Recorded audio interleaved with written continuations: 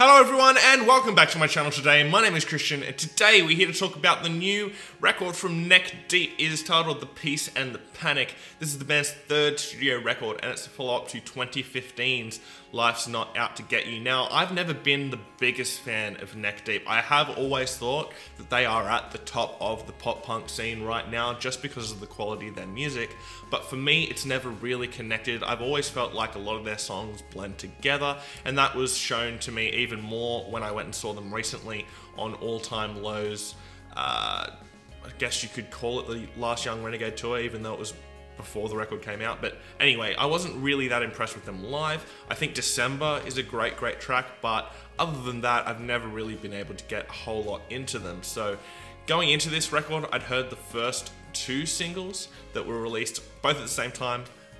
As I always do, I only listen to two singles before a record comes out, so I haven't really heard any of the other singles before reviewing this record. And so, as I said, going into this one, I didn't really expect all that much. I expected quality because they are at the top of the pop-punk scene right now, and there's a reason for that, but I didn't really expect anything to connect with me personally.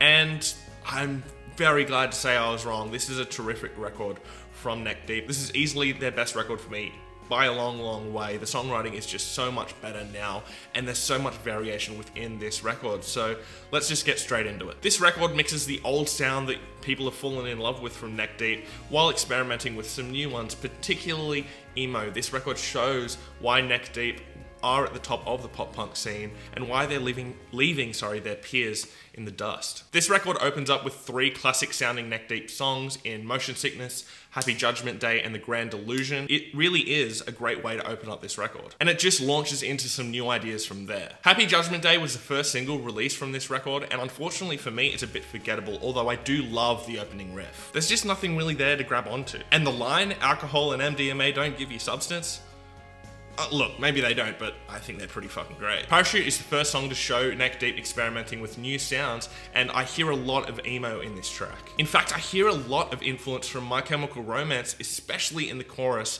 and especially in the vocal delivery. And there's a great dynamic between the verses and the choruses, which make those choruses sound even bigger. The drumming on this record is phenomenal. This drummer really knows when to sit in the pocket and just be the backbone, and when to flourish, especially in the tracks Motion Sickness and Heavy Lies. This guy really is, as I said, the backbone to this record. And if it wasn't for Ben on vocals, the drumming would easily be the most impressive part of this record. The guitar playing is exactly what you'd expect. It's pop punk, but there are moments where they step outside of their comfort zone. In Bloom shows them experimenting with some cleaner tones and some more intricate playing, while Don't Wait shows the band going more towards the heavier direction, showing some heavy guitars and laying a canvas that is perfect for screaming, which for a band in this genre is impressive. In Bloom is easily one of the best tracks on this record. Again, there's a lot of emo vibes. I love the softer verses, and it's a really different sound for Neck Deep, and they pull it off perfectly. The chorus is absolutely fantastic, and the vocal performance overall is great. Ben puts in a great performance, and he writes a really great melody that allows him to portray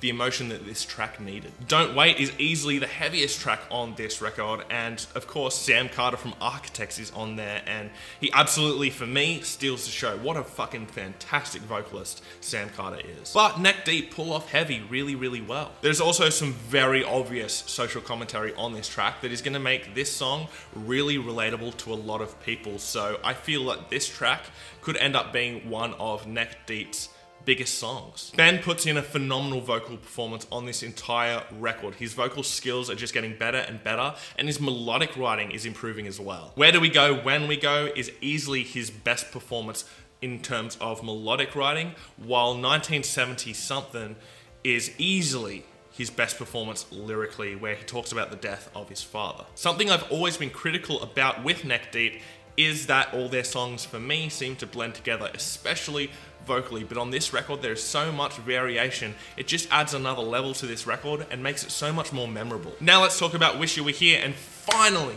we have a good pop-punk ballad. So many bands put pop-punk ballads in their albums, and it just feels like a way to fill space in a record, whereas on this track, they make it a vital component of the record. This track just continues to show Neck Deep's songwriting skill, and it truly is one of the best moments on the record. This record has also been produced phenomenally by Mike Green. If you don't know Mike Green, he's the one who produced Don't Panic, so it's no wonder that this record sounds fantastic. There's not a moment that sounds robotic, which is a trap that a lot of bands fall into, and Neck Deep definitely don't do that. Everything sounds natural and feels like it's a band in a room playing together. This record isn't perfect though. There are songs like Critical Mistake and 1970 Something that don't really vibe with me. It's not really the type of pop punk that I'm a fan of. It's just a bit fluffy for me. 1970 Something has such a serious subject matter, and I really feel like a more serious sounding song would have accompanied those vocals way, way better. The song does get serious towards the bridge and then towards the end, but the first half of the song really just pulled me out completely. Where Do We Go When We Go was the second single released from this record, of course at the same time as Happy Judgment Day, but I'm just going to count it as the second one. And this track is easily my favorite track on the record. The melody is just so goddamn catchy, and it mixes the old school Neck Deep sound with some new experimentation that they've shown throughout the entire record, and it just closes out this record perfectly. The electronic additions in the pre-choruses really work well and make those choruses sound even bigger. Overall, I'm really impressed by this record. Neck Deep have shown how good they are as songwriters and how much variation they can include in a record. I can't wait to see where they go next, and let's hope they go more in the direction of songs like In Bloom. My top 3 tracks are going to be Where Do We Go When We Go, Don't Wait, and In Bloom, and I'm going to give this record a 4 out of 5. Anyway, what did you guys think about the record? Let me know your thoughts and opinions down below in the comment section. Did you like the record? Did you not like the record? Let me know down below. We're here to have a conversation about music, so let's do that. But if you're just going to fill up the comment section with hate and insults, just know I'm going to read your comments and laugh at how pathetic your life is. Anyway, thanks for watching my video today, guys. Please hit subscribe down below, and I'll see you next time. Fresh Currents.